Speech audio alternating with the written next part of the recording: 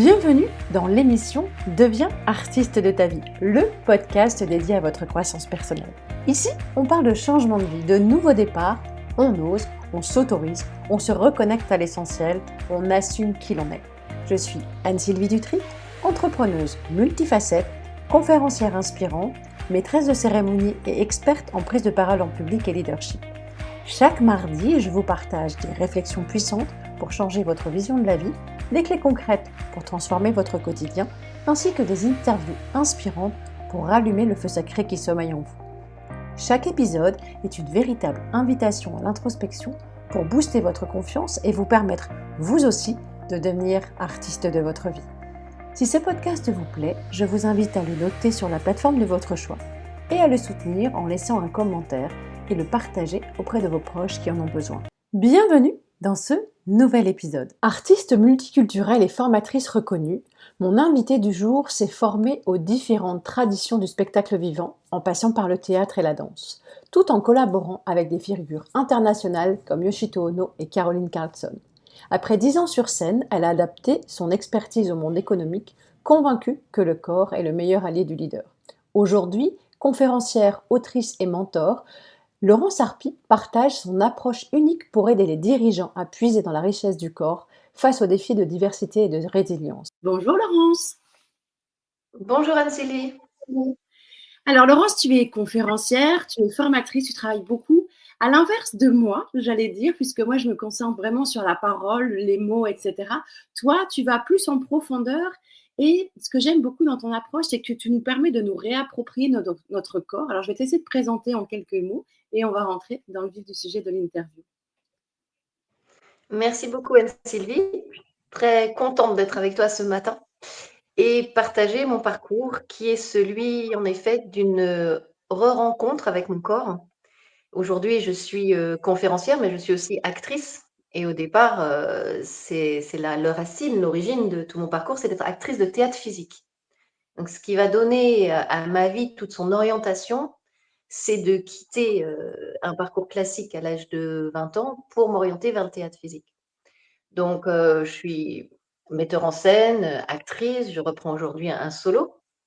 J'ai aussi un parcours qui m'a amenée vers l'entrepreneuriat. Ça, c'est très important dans mon chemin et on aura peut-être l'opportunité d'aller dans plus de détails. Mais c'est vrai qu'après avoir jeté le diplôme de Sciences Po Paris à l'âge de 20 ans, si tu veux, je rêvais à l'époque de paix entre les êtres humains, de lien entre tout ce qui fait qu'on est humain. Pourquoi est-ce que, qu'est-ce qui fait qu'il y a quelque chose d'universel finalement dans l'humanité, tu vois? Et pourquoi parfois on ressent cette profonde connexion avec les autres et puis des fois pas du tout? Qu'est-ce qui fait qu'on ouvre notre cœur ou pas?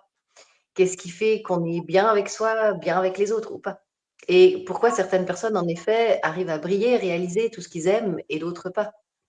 Donc ça, c'est à 20 ans, intuitivement, je me suis pas vraiment posé ces questions comme ça, mais tu vois, intuitivement, j'ai su que, bah, le chemin que j'avais choisi, qui était celui de la science politique, pour essayer de créer des liens entre les êtres humains, travailler pour la paix au niveau international, et cetera, bah, ce serait pas le mien. Et ça, je l'ai su tout de suite et celui qui me l'a dit très, très, très fort, c'est mon corps. Alors Donc justement, et ça fait la transition par rapport à ce que je voulais te poser comme question. Ça, tu me parles d'une jeune adulte, j'allais dire de 20 ans, mais quelle petite fille était Laurence? Quel genre waouh! d'enfant? Alors j'étais, alors je vais te citer ma grand-mère, qui disait que j'avais la danse de Saint-Guy. Ah, J'étais ça me une parle. enfant d'une j'étais une enfant d'une vivacité, je vais dire quand même, je pense au-delà, tu vois, de la moyenne, au sens où j'étais vraiment très, très, très vive, de corps et d'esprit d'ailleurs, hein. J'étais, toujours curieuse, très créative, et très remuante.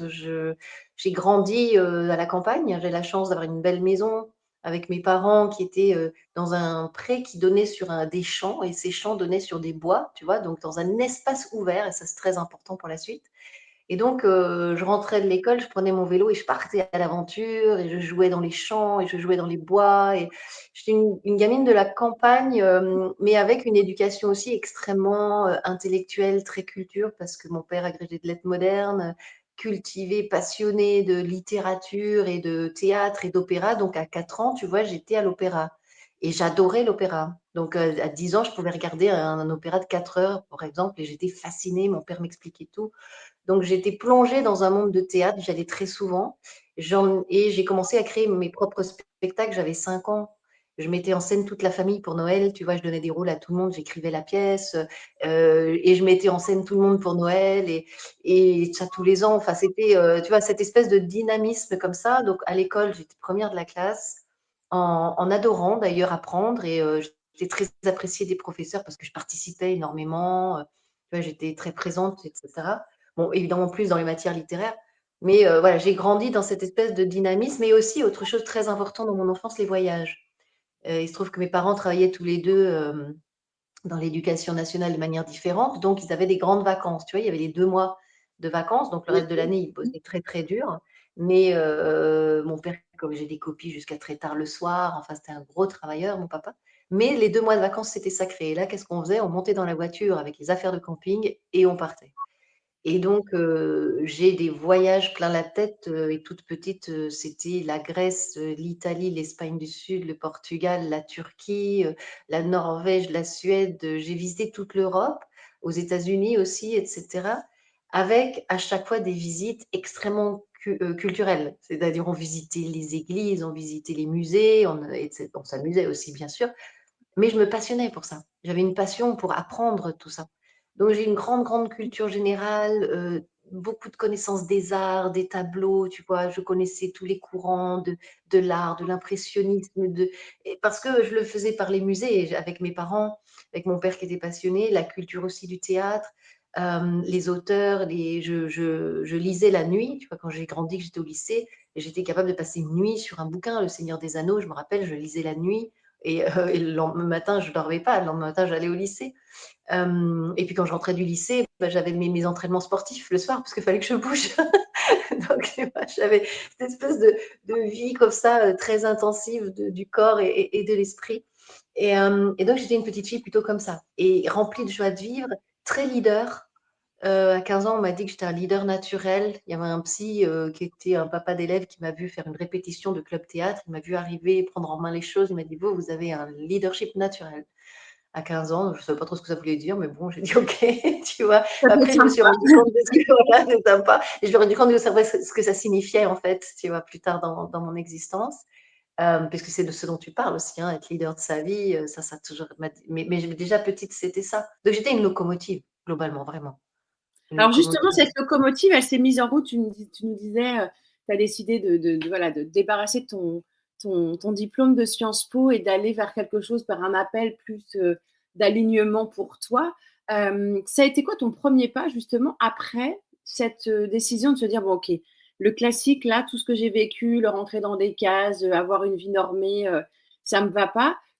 C'était quoi le premier pas? Parce que c'est pas évident non plus, même si on peut avoir des parents qui sont ouverts d'esprit, etc., de dire, bah, en fait, vous savez quoi, je change complètement. La locomotive, elle prend un nouveau Ouais, rail, un nouveau ouais. chemin. Beh, c'est sûr que là, si tu veux, toute mon énergie d'enfant, la locomotive, elle a pris la direction par rapport à son environnement. Donc, forcément, en première de la classe, mention très bien au bac, très curieuse du monde et tout. Je me suis dit, bah, Sciences Po, c'est bien. Je pouvais rentrer à Sciences Po Paris comme ça, tu vois, à 17 ans. Donc, j'avais 1 an d'avance à l'école. J'ai pas fait de prépa. Donc, je suis rentrée à Sciences Po avec 3 ans en moyenne d'avance sur les autres étudiants, tu vois, et j'étais là-bas. Et là, je commence à vouloir m'intéresser au journalisme et puis finalement, le journalisme, la branche communication me plaît moins que la branche, relations internationales. Sauf que là, en relations internationales, j'ai des grosses désillusions et c'est là que commence en revanche le côté beaucoup moins fun de ma life pour dire ça de façon, un peu mode. Mais, si tu veux, je commence à être, inquiète, angoissée par rapport au monde justement dans lequel j'arrive. Je découvre la réalité réelle du monde, en fait. Je connaissais beaucoup le monde par les arts, par la culture, par tout ce qui est beau, tu vois? Et là, tout à coup, je découvre vraiment une autre Le revers réalité de la puisque médaille. je plonge dans la géopolitique, tout simplement et dans la politique.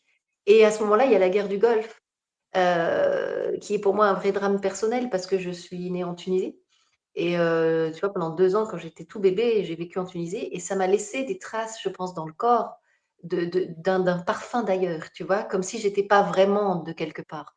Et je me sentais toujours appartenir à ce monde et à la Méditerranée, c'est un endroit auquel je suis très, très attachée, comme, tu vois, comme espace de communion entre les peuples. Et donc il y a cette guerre qui arrive à ce moment-là. Enfin, je vis une sorte de drame intérieur où je me dis: «Mais non, je sens pas que l'ONU, que ces règles, que cette façon de fonctionner, que la politique règle les choses». C'est pas là que je trouve la connexion que je cherche entre les êtres humains. Ça, c'est la première chose. La deuxième chose, c'est que ce parcours me fait beaucoup de mal au niveau de ma créativité. Parce que Sciences Po, c'est pas créatif pour le coup. C'est hyper instructif, mais c'est pas créatif. Donc autant j'arrivais à maintenir un taux suffisant de liberté et de créativité quand j'étais encore au lycée, mais là, je passe du lycée à Sciences Po, tu vois? Et là, Sciences Po, c'est vous n'aurez pas de vacances, vous êtes l'élite de la France, il faut bosser tout le temps, on te donne plus de masse de travail que ce que tu peux absorber. Et moi, je rentre là-dedans parce que je veux bien faire, tu vois? Je suis pleine de évidemment, je suis il y a 17 ans, tu veux bien faire, tu as pas de recul. Donc je me fais mouliner par le truc où je rentre dans le système pour essayer de bien faire. Et là, je mets fin à tout ce qui est créatif, à tout ce qui est, sportif et tout ce qui est ça. Sauf qu'en dernière année de Sciences Po, on me propose de faire partie du club théâtre. Les élèves viennent me chercher en me disant: «Tu veux pas faire partie du club théâtre?» Et je sais pas pourquoi, ils me disent: «On a besoin d'un metteur en scène, est-ce que tu veux?» Je dis: «Bah, ouais, je veux bien» et je prends le club théâtre en main de Sciences Po. Donc deuxième déclic, j'arrive à la dernière année et c'est plus important pour moi, les 2 spectacles que j'ai mis en scène avec les étudiants de Sciences Po que de passer le diplôme. Ça, je m'en rends compte. Et là, comme par hasard, je mets en scène le texte qui s'appelle Jacques ou la soumission de Ionesco. Et Jacques ou la soumission raconte une histoire d'un enfant qui choisit, de pas faire comme sa famille veut véritablement. Tu vois? Il remet en cause les valeurs de sa famille et les valeurs de son environnement. Ça, c'est le 2e déclic. Et le troisième, c'est mon corps. Je sors de Sciences Po, j'ai perdu ce lien sain et joyeux à mon corps. Je sors avec des troubles du comportement alimentaire, tu vois? Donc j'ai commencé à être anorexique, j'ai commencé à pas me sentir bien avec le corps, à vouloir le restreindre, à vouloir le punir, enfin il y a une Oui. sorte de chose inconsciente, tu vois? Et donc là, je sens bien qu'il y a un gros problème encore, mais je sais pas encore consciemment vraiment ce que c'est, mais je suis pas bien dans mes baskets. Et la 4e chose qui me décide, c'est qu'à Sciences Po, il fallait faire un stage d'1 mois. Et donc je suis, dans une entreprise, qui est un tour opérateur, je suis très bien placée, hein, je vais dans des beaux bureaux, Galeries Lafayette, je gagne un joli, voyage en Égypte pour mon stage, donc a priori tout va bien. Je passe 4 semaines à me lever le matin à la même heure, à aller au même endroit, avec les mêmes gens, à faire la même chose, enfermée dans un bureau. J'ai 20 ans, je sors de ces 4 semaines, je dis: «Ça, ce sera jamais ma vie, jamais». Tu vois, je sais que ce ne sera pas possible pour moi.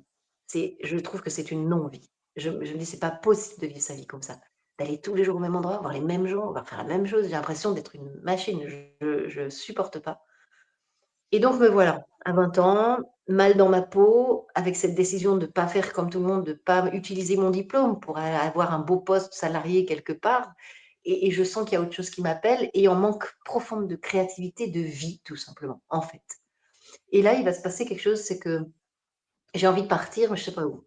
Et Sciences Po propose à ce moment-là des bourses pour aller étudier à Berlin, pour les étudiants qui passeraient un niveau suffisant en allemand. Donc je suis excellente en allemand, j'ai 19 à l'oral, je suis motivée, je passe l'examen et j'ai la bourse pour partir à Berlin. Et là, c'est la grande bouffée d'air. Je sens que c'est juste, tu vois? Quand cette proposition par la vie arrive, je dis: «C'est pour moi, il faut que je parte, il faut que je parte de France». Je pars à Berlin et là, c'est un nouveau miracle qui se passe. Au bout d'un mois, le prof de l'université de Berlin vient me voir et me dit: «Vous vous ennuyez un peu dans mes cours, non?» «Vous vous ennuyez dans mes cours?» Je dis: «Bah, oui, je m'ennuie en fait un peu». Il me dit: «OK, qu'est-ce que vous aimez vraiment faire?» Je dis: «Mais moi, ce que je veux faire, c'est du théâtre». Il me dit: «Alors, je vous propose un deal. Vous me donnez tous les fins de trimestre votre mémoire. Je veux pas vous voir aller faire du théâtre».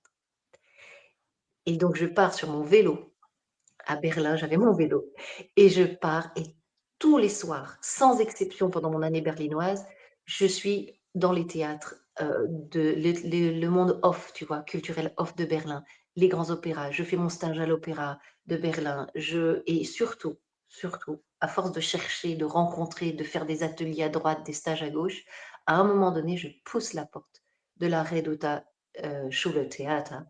C'est la porte de, Teresa Navroth, qui est une ancienne de Jerzy Grotowski, le fondateur du théâtre physique. Et là, je fais cet atelier avec cette femme qui entraîne ses acteurs à partir du corps et je fais mon premier training du corps de l'acteur. Et là, c'est la révélation. Et je dis: c'est ça que je cherchais, c'est ça que je suis venue chercher, c'est cet endroit-là, c'est cette pratique-là, je le sais». Je pars toute seule dans la forêt et pendant 2 jours derrière, je refais les exercices toute seule dans la Grunewald de Berlin, tu vois? Et à partir de là, j'ai suivi le chemin. C'est-à-dire de Berlin, j'ai appris qu'il y avait d'autres maîtres qui passaient en Pologne de théâtre physique, je suis allée les rencontrer. Ensuite, ils étaient basés au Danemark, Holstebro, le Dyn Théâtre, donc je me suis inscrite pour partir faire un stage au Danemark chez eux. Une fois de plus, la vie est incroyable, hein, mais je suis prise au stage parce qu'ils manquaient ils avaient, tu vois, des gens sur liste d'attente et cetera et moi, ils me prennent parce qu'ils voulaient équilibrer les filles et les garçons et ils pensent que je suis un garçon parce que mon nom, c'est Laurence. Donc je déboule là-bas, je suis prise parce que sur une erreur, tu vois le truc? Et j'y Sur suis un là, malentendu, mais en même sur temps un une malentendu. chouette, un Tu beau vois clin le truc? d'œil. Mais c'est toute ma vie, à ce moment-là, c'est comme ça. Et pendant que ces 3 semaines où je suis là-bas, il y a une brésilienne qui me dit: «Oh, je pars aujourd'hui, je vais faire une audition dans la ville d'à côté, à Aarhus. C'est quoi ton audition?» «C'est la Nordisk Theater School». Elle me dit: «Tu veux venir?» Je dis: «Bon, ouais, pourquoi pas, j'y vais». Je me dis: «Ça me fera une expérience». Je vais avec elle, je passe l'audition, je suis reçue la première à l'audition de la Nordisk Theater School et c'est une école fabuleuse. On va travailler, c'est là que je rencontre le théâtre No, je travaille avec des Péruviens, avec des exercices qui viennent du monde entier. Je suis dans mon élément, tu vois? Je travaille entre le théâtre, la danse à fond et j'appelle mon père et je lui dis: «Papa, j'étais censée rester 3 semaines, je crois que je vais rester 3 ans. Est-ce que c'est bon pour toi?» Il me dit: Qu'est-ce que tu il me dit: «Mon père, est-ce que tu as trouvé vraiment ce qui te plaisait?» J'ai dit: «Oui, oui, c'est vraiment ça qu'il faut que je fasse» et mes parents, sachant que j'étais quand même vraiment pas bien dans ma peau et ils en souffraient autant que moi, mon père dit: «OK, vas-y» et je lui dis: «Ouais, mais papa, tu as déjà payé Sciences Po, il faut m'aider un peu parce qu'il faut encore payer un peu». Il me dit: «Il y a pas de problème».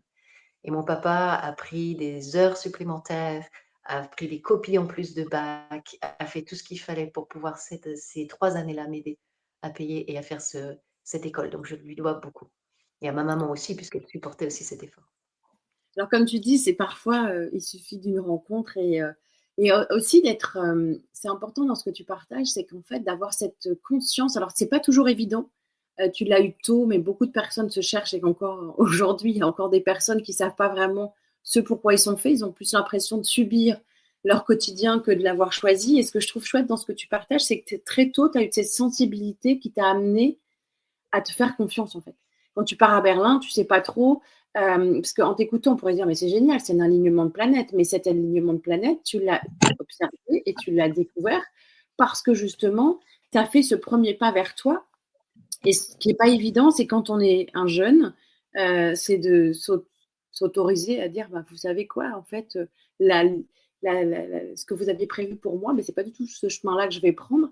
Alors, dans ces rencontres décisives, j'allais dire, puisque d'avoir osé pousser des portes ou de saisir des opportunités en disant, bah, tiens, je vais y aller, le fait qu'on me prenne pour un garçon, ça peut aider. Et c'est vrai que parfois les malentendus, enfin, je pense que c'est même pas des malentendus, c'est que la vie, elle est tellement bien faite que parfois on ne sait pas pourquoi ça nous arrive sur notre chemin, mais ça ne pouvait pas être autrement parce que c'était voilà, d'être à la bonne place au bon moment avec les bonnes personnes. Et tu as eu cette capacité, en tout cas, de le déceler parce qu'il y a je pense que parmi les auditeurs qui nous écoutent, il y a peut-être plein de personnes qui encore aujourd'hui ont des choses qui se passent, on ne sait pas trop pourquoi, mais on se dit mais c'est dingue, c'est incroyable, je rencontre cette personne qui me permet de rencontrer telle autre personne, et certaines sont capables d'écouter ça, et d'autres pas. Donc toi, c'est génial que Je tu peux te te sois autorisée. Vas-y, je te laisse compléter. Ouais, j'ai très, très envie de compléter ce que tu dis qui est très, très juste. Moi, je vais te dire, j'ai découvert le secret, en fait. Le secret, c'est que, comme je te l'ai dit, petite, j'étais très physique, très reliée à mon corps et je m'exprimais beaucoup avec, dans le théâtre, et cetera. Donc j'ai eu cette chance de garder un lien fort avec mon corps et même si ensuite j'étais enfermée sur les bancs de Sciences Po et que là, tu vois, j'étais moins dans cette créativité, mais le premier qui m'a dit que ça n'allait pas, c'est lui. Quand j'ai commencé à souffrir de troubles du comportement alimentaire, que je me sentais pas bien dedans, mon corps, il m'a dit: «Il y a un truc qui va pas». Ça va vraiment pas. Donc le problème quand tu dis que beaucoup de personnes ont du mal à savoir comment dire non, comment aller ailleurs, C'est que moi, j'étais remplie de cette énergie de vie et tu vois, c'est ce que je t'ai dit quand j'étais petite, quoi, remplie de cette énergie de vie et j'avais cette forte connexion à mon corps. Donc c'est lui qui a repris les rênes, en fait. D'abord par la souffrance et j'ai souvent dit: «J'ai eu la chance», c'est un peu bizarre de dire ça, mais moi j'estime qu'aujourd'hui c'est une chance, je dis souvent: «J'ai eu la chance de souffrir très tôt». Tu vois, Oui, quand tu as 20 ans, tu souffres énormément, que tu te sens en détresse, que moi je regardais le monde tel que je l'avais découvert par la géopolitique, par la guerre, par tout ce que j'avais appris, compris autour de moi et je regardais ce monde et je me disais: «Mais jamais j'y trouve ma place, quoi». Je souffrais, tu vois? Donc profondément. Donc c'est plus fort que toi, c'est dans ton corps et donc aujourd'hui, ce qui aide les personnes à retrouver leur chemin, c'est pour ça qu'aujourd'hui, j'aide dans mon training les gens à reconnecter le corps. Parce que pourquoi? Parce que le corps est une porte sur le courant de la vie. C'est lui qui est connecté avec, vraiment, qui va nous faire sentir quand tu parles de ces rencontres intuitives. C'est l'intuition. Quand je suis partie à Berlin, comme tu dis, je disais: «Je sais pas où je vais». Je j'avais c'est ça. aucune idée d'où j'allais, mais j'y vais. Et pourquoi j'y vais? Parce qu'en moi, la vie est trop forte. Donc elle me met en mouvement malgré moi. Et le problème de la plupart des gens, c'est qu'on leur a tellement Oui. inculqué sur les bancs de l'école de pas bouger, des fois par la violence et c'est là où j'ai eu la chance, moi, d'avoir des parents qui m'ont laissé bouger, qui des parents qui bougeaient, qui partaient en camping, qui faisaient tu vois, qui faisaient du sport, qui faisaient du théâtre, donc ça m'a laissé cet espace de liberté.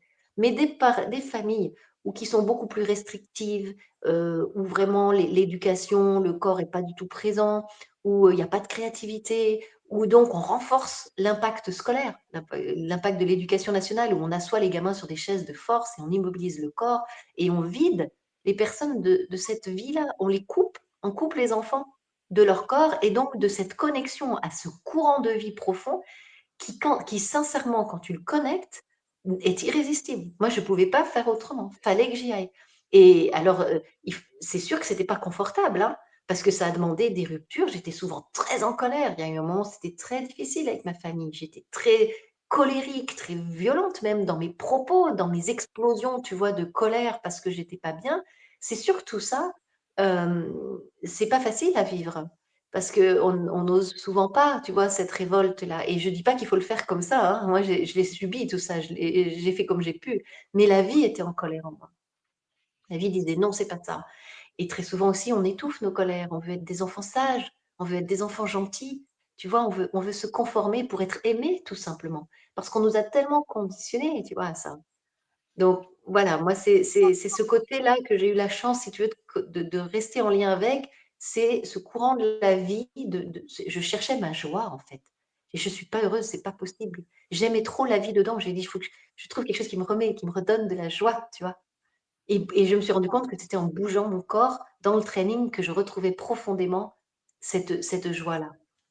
Et dans ce que tu partages, c'est vrai que c'est super important parce qu'en fait, cette notion de colère ou de frustration, on l'étouffe généralement dans nos sociétés actuelles, alors qu'en fait, une colère bien associée, ça te donne une énergie de dingue. Et dans ce que tu Dingue. partages, ce que j'aime beaucoup, c'est le mouvement, c'est la vie et c'est exactement ça. Tu t'en rends compte aussi après quand tu côtoies des personnes, qui commencent à vieillir, la plus grande complexité et c'est qui peut j'allais dire enclencher aussi quelque chose où le corps va vite dépérir, c'est que si tu arrêtes de bouger, beh, il y a plus rien qui fonctionne, quoi. Donc c'est vraiment important par rapport au message que tu livres, d'être vraiment dans le mouvement. Et justement, par rapport à tout ça, dans ce parcours qui est, pour le moins atypique, puisque tu as eu la chance de choisir ta voie très, très rapidement, de quoi tu es le plus fier, j'allais dire, dans tout ce que tu as pu, partager jusqu'à aujourd'hui? Le plus Ce dont je suis le plus fière, c'est d'avoir réussi à transformer toute cette souffrance en cadeau. Et Waouh. tu vois, quand je te le dis, j'ai les larmes aux yeux. Oui, oui, mais En c'est je le cadeau, ressens. Merci pour ce cadeau et ce partage authentique parce que c'est super important, de en s'honorer, en cadeau. fait. En cadeau pour moi déjà, puisque c'est un beau cadeau à me faire que de vivre cette vie comme je l'entends, mais beaucoup aussi, en cadeau pour les autres. Parce que du coup, depuis que j'ai commencé le chemin, alors j'étais metteur en scène, tu vois? Et pendant 10 ans et j'ai créé des beaux spectacles, j'ai fondé un festival, J'ai fait plaisir à plein de gens qui regardaient les spectacles que je faisais venir dans les campagnes. Ça s'appelait Le Théâtre est dans le Pré, c'était autour de chez moi, là-bas, vers Lyon. Les gens étaient heureux de voir des spectacles. J'ai rendu des gens heureux par mes spectacles où j'ai intéressé, j'ai cultivé, j'ai ouvert des portes. J'ai révélé aussi des personnes à leur vocation artistique dans mes ateliers. J'ai changé le cours de la vie de de leur beaucoup, beaucoup de personnes avec mes livres après. Parce que quand j'ai grandi et que j'ai voulu sortir de l'intermittence du spectacle, c'était parce que je sentais que j'avais pas assez d'impact. Tu vois, j'avais conscience que je pouvais vraiment aider beaucoup de personnes. Et intermittente du spectacle à faire tu vois, juste du théâtre, enfin juste, c'est énorme déjà de faire ça. Mais c'était presque un peu trop égoïste encore. Je me disais, ouais, c'est super, moi je m'amuse et tout. Mais avec tout ce que j'ai appris et tout ce que je sais faire et tout ce que j'ai compris dans mon corps, j'avais le sentiment que je pouvais servir. Voilà. Je voulais servir et servir le plus grand nombre de personnes possible. Et donc, il fallait que je sorte de l'intermittence parce que ça, c'est une impasse totale. Tu es dépendant des subventions, tu dois, enfin bref, d'un système qui fait que tu es tout petit tout le temps, tu es toujours la dernière roue du carrosse quand tu es intermittent, tu vois. Et ça m'allait pas. Et c'est là que je m'intéresse à l'entrepreneuriat. C'est là que je m'intéresse à la relation à l'argent. C'est là que je vais me former à Londres. Donc, c'est à nouveau une nouvelle aventure. Après Berlin, c'est Londres. Londres, je découvre les grands mentors du business. Blair Singer, Alex Mandossian, Ryan Ryder, bon, des noms qui ne diront peut-être pas grand-chose aux personnes là, mais qui sont des grands mentors de business anglo-saxons. Et je vais suivre leur enseignement. Et là, je vis à nouveau des 3, 4, 5 jours de séminaires complètement fous, ou un peu à la, tu vois, des séminaires motivationnels, etc. Mais où là, je comprends le lien entre l'argent, la capacité à réussir un business, mon énergie vitale, ce que je suis, ce que j'ai à donner au monde. Enfin, tu vois, je vois l'entreprise d'un tout autre œil. Je vois mon entreprise comme l'outil qui va me permettre de servir le monde. Et cette entreprise, elle doit du coup marcher. Donc, je me lance à fond dans le business de coaching et pendant 10 ans, c'est une nouvelle aventure. C'est le coaching des personnes. Et d'ailleurs, mon premier business s'appelle Être l'artiste de sa vie. Tu vois, ma toute première entreprise, c'était, tu sais, j'étais en micro-entreprise, quoi. Mais très vite, après, je fonde une URL et j'ouvre, et là, j'écris mes 3 bouquins de développement personnel parce que je suis passionnée par ça. Et je veux donner ça au monde et aux gens et aux lecteurs. Et donc, le premier bouquin, Mon corps a des choses à me dire, c'est celui dans lequel on trouve toute ma méthode à partir du corps. Et je suis très contente parce que ce livre, encore, il y a des gens qui le lisent aujourd'hui. Pourtant, il est de 2016. Et hier, je reçois un message d'un ami qui me dit: «Je me régale à lire ton livre dans le train». Je dis: «Ah bon, il est si bon que ça encore mon livre?» Je pensais qu'il était un peu dépassé, tu vois? Je reprends mon bouquin, je commence à le lire et je dis: «Non, il est très actuel, toujours ça va». Parce que les fondamentaux qu'on a dans le corps, ils changeront jamais. Donc ce livre, tu vois, il dit des choses fondamentales à partir du corps et elles sont vraies, ces choses-là. Après, aujourd'hui, je pourrais rajouter des connexions avec les neurosciences et des tas de choses que j'ai découvertes après. Mais ce que j'ai mis dans ce livre de manière totalement, tu vois, qui venait de tout ce travail intuitive. intuitif au départ, est vrai. Donc le livre, Mon corps a des choses à me dire, m'ouvre la porte de ce grand service. Je dis, comment je peux donner ce que j'ai à un plus grand nombre de gens et la solution, c'était le livre. Et là, une fois encore, la magie de la vie. Je dis à l'univers: «Je veux bien écrire un livre, mais j'ai pas envie, comme quand j'étais intermittente, d'envoyer des tas de dossiers pour essayer de trouver un producteur, un édi» là, c'était l'éditeur, j'ai pas envie. «S'il te plaît, tu m'envoies un super éditeur niveau national et tout». Je fais le deal avec l'univers. Je fais le deal. J'écris et tu m'envoies l'éditeur. Et mais figure-toi que, sans aucun effort, juste par des rencontres intuitives, une fois de plus, je rencontre sur un réseau social, je vois un gars qui est coach d'auteur sur Valence, je dis: «Tiens, ça peut peut-être m'aider pour aller vers l'édition», parce que j'y connais rien, l'édition. Et cette personne derrière le coach d'auteur cachait en fait un Un chercheur de éditeur. tête, quoi, de talent, tu vois? Et donc je lui propose mon bouquin, c'est l'enthousiasme total. Il me met en connexion avec l'éditrice, de chez Erol, que j'adore comme éditeur, c'est un éditeur hyper pro, hyper sérieux, enfin j'adore Erol. Et l'éditrice qui me dit: «On a lu vos premières pages, on n'a jamais entendu quelqu'un parler du corps comme ça. On vous prend, direct. Votre livre est incarné». Donc ça, c'est tout mon travail d'incarner, d'être ce qu'on est, que nos mots soient notre vie. En fait, moi, je dis toujours, je suis ce que j'enseigne, tu vois. Tout ce que je donne aujourd'hui au monde, c'est ma vie, en fait. Et Et, tu es et c'est ça, passionnée aussi. dont, Et ça, c'est super. et c'est ça dont je suis fière. Tu vois, c'est ça dont je suis fière, c'est que cette vie qui était quand même, et je souffre encore des fois dans mon corps, comme tout le monde, hein, j'ai toujours encore beaucoup souffert derrière, notamment une difficulté à construire une vie affective, tu vois, la relation aux hommes qui était compliquée, etc. Donc, j'ai encore eu beaucoup de et je continue le chemin tout le temps comme tout le monde. Mais j'ai pris cette capacité à transformer ces expériences de ma vie en leçons de vie ou en trésors que je peux partager et donner aux autres. Et aujourd'hui, je suis experte pour la PM, par exemple, tu vois? Et donc je vais vers des dirigeants d'entreprise. Alors, le corps, là, il y a encore beaucoup, beaucoup de travail, tu vois? Et je peux apporter ce message incroyable du corps pour les remettre dans le courant de la vie, les ouvrir à l'universalité du monde, les aider sur ce chemin et ils adorent. Et donc je me sens utile, tu vois? Donc c'est sûrement ça dont je suis le plus fière. De pas être restée juste une artiste qui fait son truc dans son coin pour se faire plaisir, un peu barrée des fois et tu vois? Mais d'avoir reconnecté à la société quand même, bien que j'en sois très, très loin.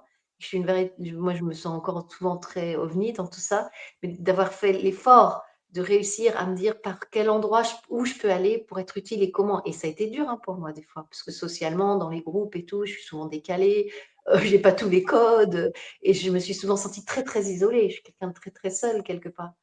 Mais de faire cet effort de lien aux autres quand même et de voir que ça marche, ça c'est mon grand, ouais, succès.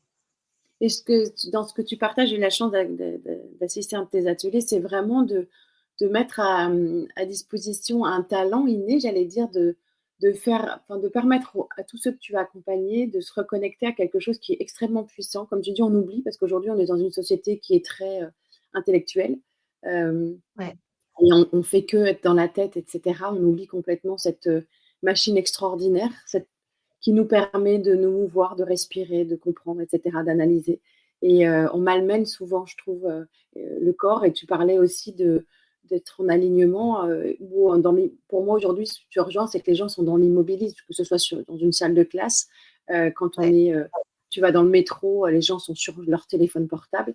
Et le lien, ça paraît même surprenant parfois juste de dire bonjour à quelqu'un, lui sourire, les gens te regardent étrangement comme si tu parlais d'extraterrestres, de dire bah, en fait non, c'est des êtres humains qui peuvent échanger et c'est vraiment essentiel dans ce que tu partages et je vous invite vraiment à aller découvrir les livres de Laurence, que j'ai eu la chance, comme quoi il y a les intuitions et la vie et les alignements ben voilà, j'ai eu le Père Noël qui m'a offert le livre dont tu parlais. Je n'ai pas encore eu le temps de le lire, mais en tout cas, je me ferai un plaisir d'aller découvrir ça parce que c'est quelque chose qui, quand on commence à comprendre que le corps nous envoie des signaux, en règle générale, en plus, le corps, il nous fait du bien dans la mesure où, alors parfois, c'est des signaux brutaux parce qu'on a mis longtemps à l'écouter, mais quand on est vraiment attentif au quotidien, on est en capacité, qui mieux que vous-même peut vous connaître? Il n'y a personne d'autre en fait. Même le médecin qu'on va aller voir, moi je sais que je ne suis pas non plus très... voilà, je fais plus confiance à mon corps et à ce que je ressens. Et quand on commence à avoir cette relation corps à corps, cœur à corps, je pourrais dire, c'est aussi, euh, on s'honore en fait. On est capable de dire, mais non, ça je ne sens pas, ça j'ai pas envie. Alors parfois, oui, comme tu dis, c'est difficile parce qu'on a l'impression d'être en retrait d'une relation, de la société, du carcan de tout le monde. Mais quand on se fait ce cadeau-là, mais c'est magique en fait. Ça permet, en fait, on a oui, notre boussole interne qui se trompe jamais. Et c'est c'est vraiment ça. important. Vraiment, il y a 2 choses super, fortes que tu as dites là que je voudrais, connecter avec le langage du corps.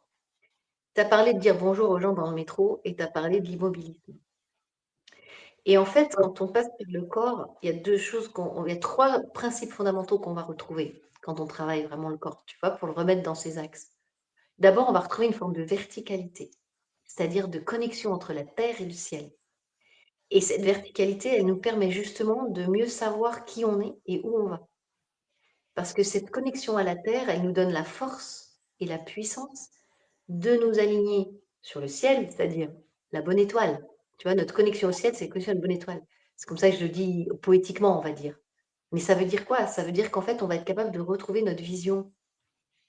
La plupart du temps, on est coupé de nos racines tertielles. C'est pour ça que les gens cherchent des satisfactions dans ce que j'appelle le monde horizontal, c'est-à-dire bah, typiquement le portable, les distractions, les dépendances tous azimuts à la consommation, à tout ce qu'on a autour de nous, même à une autre personne, etc. Tu vois. Donc on devient dépendant pour remplir le vide et remplir notre manque de direction, en fait, réel, qui nous permet de suivre notre chemin, qui lui va nous combler. Et ça, c'est l'axe tertiel qui nous permet de le retrouver. Mais cet axe, il n'est pas fermé sur nous-mêmes. Et quand tu parles de dire bonjour à l'autre, tu parles d'ouverture. Et ça, c'est vraiment la finalité de la finalité du travail corporel. C'est qu'au final, en passant par le corps, comme on coupe la tête, on sort de la petite boîte mentale, devine ce qui se passe. On ouvre le cœur. Donc en fait, le travail du corps nous amène à la compassion, à l'ouverture profonde, à l'infini de l'univers, à cette connexion fameuse universelle que je te disais en introduction, je cherchais entre les êtres humains. Et ça, c'est valable pour tous les pays du monde, pour toutes les personnes du monde. Tu connais cette espèce de grande ouverture, un champ de conscience qui s'étend comme ça. Et donc, tu as conscience de quelque chose de beaucoup plus grand que tout le monde et dans lequel tout le monde est inclus. Et ça, c'est parce que tu passes par le corps pour ouvrir cette porte, parce que tu sors de la fermeture du mental et qui est connecté juste mental, émotion, émotion, mental, tu vois. Et donc, je pense toute la journée et puis ça me fait des angoisses et du coup, ces angoisses, du coup, elles recréent des émotions négatives, etc. Et on est enfermé dans ce ping-pong. Quand tu reconnectes le corps, tu vas pouvoir rouvrir une autre porte de perception de toi-même, du monde, des autres, qui est tellement immense qu'une fois que tu es là, tu n'as plus envie d'en sortir. Et c'est vrai que du coup, tu as d'autres préoccupations que beaucoup de personnes, ça j'avoue. C'est vrai que là, on trouve beaucoup de préoccupations, bon, pas très passionnantes forcément, tu vois, on trouve que tout est un peu petit dedans tout ça. Mais en même temps, comme tu as cette connexion à la compassion et à la vie, tu rentres dedans, tu vois, tu accompagnes, tu écoutes, voilà. Mais ça te permet aussi d'accomplir vraiment ce que tu es venu faire, trouver une vraie place et en restant quand même ouvert à l'autre, avec une capacité de compassion, de pardon, d'acceptation au monde aussi. Et moi qui étais quelqu'un de très colérique, très dominateur, colérique, tu vois, pendant des années, parce que c'est le seul moyen que j'avais trouvé de sauver ma peau. Il a fallu que je me batte à l'intérieur de moi, donc il me fallait une armure. Donc, tu vois, j'avais un côté blindage, combattante, guerrière. J'étais une grande guerrière pendant des années. Ça a été un combat de mener ce chemin à l'intérieur de moi. Ça me demandait une énergie folle de m'arracher à tout ça et à continuer d'affirmer mon chemin différent. Et puis aujourd'hui, maintenant, tu vois, avec évidemment la maturité, l'ouverture, la confiance en moi que j'ai prise, que je pouvais vivre avec ça, le lien aux autres que je travaille et que je continue toujours de travailler, il y a cet immense apaisement. Et tu parlais tout à l'heure de la colère comme énergie de vie, c'est ce que fait le training aussi corporel. C'est-à-dire tout ce qui est colère, révolte, tristesse, frustration, toutes ces choses qui sont, on met des jugements négatifs dessus, mais qui sont des énergies de vie, par le corps, tu les retransmutes en qualité vertueuse. Donc la colère devient détermination, la frustration devient courage, la tristesse devient écoute, etc. Tu vois, tu transformes comme ça dans des qualités qui font qu'ensuite tu t'harmonises avec toi-même. Et quand tu es en harmonie avec toi-même, tu es en harmonie avec ton chemin de vie, tu es en harmonie avec le monde, tu es en harmonie avec les autres. Et simplement après, comme tout le monde en revanche, là, il faut faire attention quand tu chemines, Heu, dans quel environnement tu vas. Tu dois aussi aller dans des environnements qui t'acceptent, où tu te sens bien, puis il y en a d'autres qui vont moins bien t'accepter, où tu vas pas être bien. Des personnes, tu fais le tri, quoi. C'est pas parce que tu as une grande ouverture du cœur que tu dois, tolérer, tout et tu vois? C'est ça qui est important aussi. Parce que ça, c'est un autre problème des chemins différents. C'est, c'est que, c'est pas forcément aisé au départ et c'est ce qui fait que beaucoup de personnes renoncent, de socialement trouver des environnements où tu te sens bien et accepté ou comment toi tu fais pour, être bien aussi. Tu vois? Donc tu acceptes les autres et tout, mais comment toi tu fais pour être nourri? Avec quelle relation? Quelle juste distance tu gardes avec qui? Pour pouvoir en même temps être en relation avec l'autre sans te faire, toi blesser. Parce que quand tu es dans la grande ouverture, tu es aussi hyper empathique. Donc tu vas avoir tendance à bien absorber tout ce que tu vois? Ce que les autres ont comme problématique, à en faire trop, à en faire trop et donc tu vois, c'est tout un cheminement quand même. La différence, affirmer un chemin différent, c'est aussi tout un cheminement d'apprentissage de la relation juste, à toi, au monde et aux autres aussi et aux environnements que tu vas fréquenter. Parce que cette ouverture te rend hypersensible à l'environnement. Merci Laurence. Et dans ce que tu partages, ce que je trouve chouette, c'est aussi cette notion d'authenticité. C'est-à-dire que quand tu repasses par le corps, que tu lâches le mental, le masque Ouais. tombe. Les masques tombent forcément puisqu'on se retrouve tous à un niveau d'égalité euh, en étant qui l'on est, certes, mais tu lâches le jugement, tu lâches toutes ces perceptions qui ont été conditionnées depuis l'enfance et c'est un vrai chemin, un vrai cheminement de s'autoriser à se réapproprier ce corps. Parce que là, tu disais, tu l'as découvert très tôt, et pour les personnes qui nous écoutent, sachez que c'est quelque chose qu'on peut faire à tout moment. là, s'il y a des gens qui sont intéressés, je mettrai toutes les informations dans le commentaire du podcast. Mais c'est vraiment important parce qu'en fait, ça permet de mieux comprendre. Et parfois, ça peut être un petit peu aussi challengeant parce qu'en fait, comme tu disais, le fait d'aller travailler sur le corps, on peut réveiller des blessures. Et en fait, c'est salvateur pour le corps dans la mesure où cette colère accumulée, la frustration, enfin toutes les énergies dites négatives, parce qu'il n'y a pas de bonnes ou mauvaises émotions, pardon. Il n'y a pas de bonnes ou mauvaises émotions, il y a des émotions tout simplement, c'est ce qu'on met dessus qui change. Et en fait, je trouve que par rapport à ce que tu expliques, quand on s'autorise à aller défricher un petit peu, débroussailler le terrain, parce qu'à partir du moment où on a de la colère accumulée, de la frustration accumulée, c'est comme si on avançait, tu parlais de forêt tout à l'heure, dans une forêt dense avec des ronces, etc. Si tu n'as pas une machette pour frayer ton chemin, ça peut être compliqué. Puis tu peux laisser des traces parce que tu vas griffer ou ça va raviver des choses. Donc c'est vraiment un chemin que je vous invite à faire. Donc je vous mettrai toutes les infos pour découvrir l'univers de Laurence. Et merci infiniment en tout cas d'avoir pris ce temps aujourd'hui pour venir parler de toi. Et c'est un plaisir parce que ça m'a permis aussi de découvrir une autre facette de la personne que je côtoie et que j'ai rencontrée il y a quelques mois. Donc, merci infiniment, Laurence, pour ce temps précieux. Et je te souhaite plein de choses pour la suite. Je vais te laisser le mot de la fin avant de conclure.